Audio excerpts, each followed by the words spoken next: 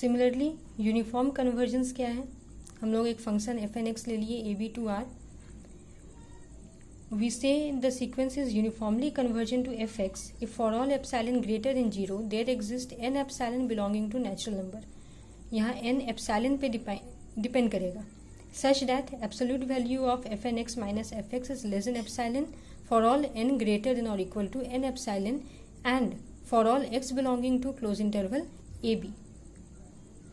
तो यहाँ पर हम लोग x बाद में डिफाइन कर रहे हैं और एक फिक्स्ड n के लिए जो एप्सिलॉन पे डिपेंड कर रहा है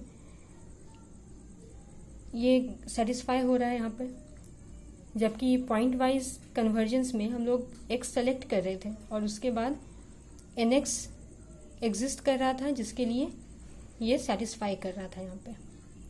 तो अब पॉइंट वाइज कन्वर्जेंस में सपोज हम लोग एक x ले लेते हैं क्लोज इंटरवल ए बी में एंड एप्सिलॉन ग्रेटर देन 0 है, तो यहाँ से हम लोगों का by definition of point wise convergence एक nx मिलेगा such that x belongs to close interval A B.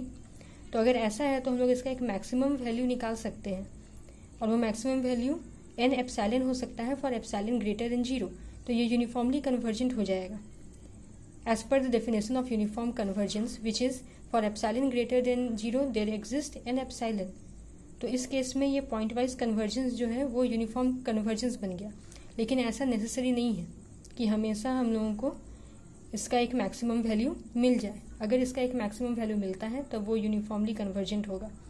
In suppose यहाँ पर different values 1 2 3 4 5 and so on मिल सकता है, तो इस केस में कोई मैक्सिमम वैल्यू नहीं मिल रहा है तो ये यूनिफॉर्मली कन्वर्जेंट नहीं होगा.